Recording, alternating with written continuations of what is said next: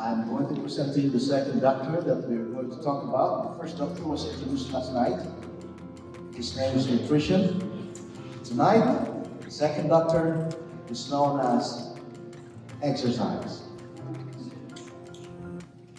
Before we delve into that, let me tell you the story of Wilma Rudolph. Anybody who knows the name Wilma Rudolph? Did you know the story of this girl? She was only 4 years old when she contracted polio, which left her paralyzed on her left leg. So how do you walk when your leg is paralyzed? Well, the doctors determined that she would never walk without assistance. But Wilma did not give up, and this is the power of exercise. Determined to exercise a crippled limb, and by age 9, she stunned the doctors when she removed the metal leg and began to walk without it. When she was 13, Wilma decided to become a runner. She entered the race and came in last. For the next few years, every race she entered, she came in last. Everybody told her to quit, but she kept on. Then one day, she won the race. And then another, and every race she entered in. Eventually, she went on to win 3 Olympic gold medals in track and field. Her name, Wilma Rudolph. Wilma chose activity over atrophy and became a winner. Likewise, your body is a miraculous machine, but if you don't use it, you will lose it. Let me give you the action that I read before. It says there, you can live without exercise, but you cannot be strong without it. Because exercise is the way we need to go. We are meant to move. If you want to be a couch potato, you will enjoy it for a while, but later on, have you seen, by the way, the TV show that says 1,000 pounds or 600 pounds man? He cannot get out of his room. Somebody has to help him push his bed out, but then when he eats, you can see 2 fried chickens, hot dogs, potatoes, and a lot of vegetables. And of course, he will not stop growing. 600 pounds and he cannot even walk. And this is the virtue of what we call exercise. Now, let me ask you, was there any exercise by the first person on earth that God has given him? Like Adam was actually created by God in the Garden of Eden. Is there any exercise for him? Yes or no? Yes. And what is the exercise? The exercise is first gardening. But when sin came in, there's another exercise he has to do. And that is to toil, work out, and sweat. What's so important about sweating when you exercise? What goes on? Toxins. The toxins in your body come out. What else? If you don't sweat like a buffalo, you're going to die. You know why? Because they have no skin pores. If we do not, what happens is that when we exercise, the body becomes heated up, and if we do not have the cooling process of evaporation, we're going to die. That's why it's important. Not only that, it makes you what? Makes you strong. Let me give you something here. What is the reason why we exercise? To be an athlete? What? Exercise burns calories. And if we eat more than we exercise, what happens? We grow not like this, but sideways. When I was a kid, people are saying there's only one needs to realize that it should be moderate breast walking. If not, just walking and for 30 minutes a day and you sweat, it's wonderful. Do you know that the writer of the Constitution of the United States, his name is Jefferson, Thomas Jefferson said, the sovereign invigorator of the body is exercise, and of all exercises, walking is the best. That's what he said. It is a low-impact exercise which lowers injury, less of shock to the joints, particularly the knees.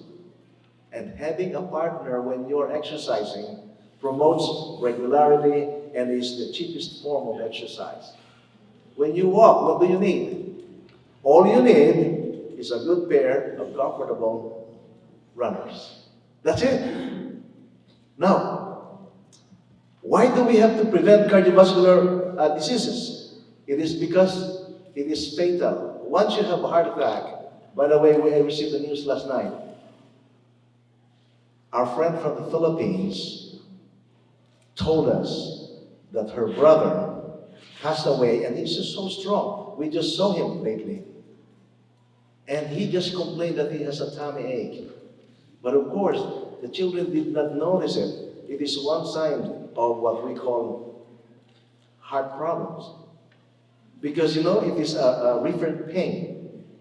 And so he was actually brought to the hospital. By the time they travel, halfway, he's already dead because of heart trouble.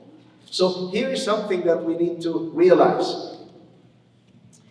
When we exercise, there should not be sudden, strenuous exercises like running. It could be deadly. You have to believe me because I did that before, foolishly. There was a friend and we were in the swimming pool and he said, let's have a race. No introduction. We just sponsor ourselves and exercise and I swim. In fact, I was able to go to the other side of the Olympic swimming pool and came back.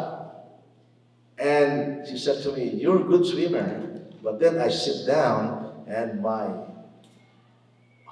sweat is just like the size of the corn. And I feel like I am losing my life, eating my life. And I cannot talk to anybody. I said, Lord, this is the way a man is going to die. Please help me. It took me a while to recover because the heart was actually shot when I did strenuous exercise without introduction. So remember, no strenuous exercise. Exercise should be a gradual process. You have to walk 30 minutes a day so that your heart problems could be reduced by 18%. Weight training of 30 minutes a day per week reduces heart disease by 23%. Women who walk 1 hour or more per week has 50% chance of reducing heart disease. In the Harvard study of 11,130 alumni, they found out that moderate exercise reduces the risk of stroke, and those who burn calories between 2,000 to 2,999 per week has a reduction in stroke risk by 46%. Men who have moderate regular exercise, like walking, reduces the risk of prostate cancer by 74%. I mean, I'm sorry, this is actually from the United States statistics, not from Canada, because I cannot find some. Well, here it is. Women, regular exercise is linked to reduce incidence of breast cancer and other related cancer by 37%. But, and this is good news for women, but when women who have breast cancer walk between 6 to 8 hours per week, the risk of early death is reduced by 50%. Isn't that wonderful? So one of the risk factors for developing obesity is couch potato lifestyle. Sedentary lifestyle. Weight loss occurs when energy output is greater than energy input. This is what I was saying a while ago. But this is only achieved by exercise. Think about diabetes. It is one of the deadly diseases in the Western world. It increases Calories bring prompts on organs to work through exercise. Diabetes is not caused by too much sugar in the body. Diabetes is caused by fats covering the entrance to the cells. And you know what? There is a new research today that those fats, when they congregate there, and here comes the sugar and the insulin to enter into the cell in order to be manufactured as the power of our body. There are chemicals that the fats are squirting so that the insulin and the sugar will not come too close. It is dangerous. And those fats came from animals. Think about it. Any fats coming from animals is called bad cholesterol. Why? Because they are uneven in number of carbons. So that's why the usual name of bad cholesterol is 27 carbons, C27. Because the carbons are 27 and the enzymes are cut in 2 by 2. So what's left? There's an extra one.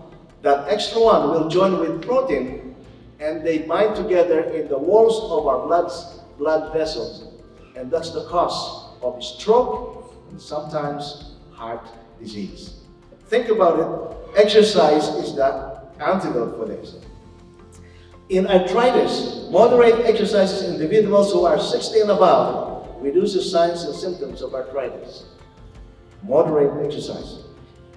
I am telling you today about exercise, but there is one best exercise that we should remember.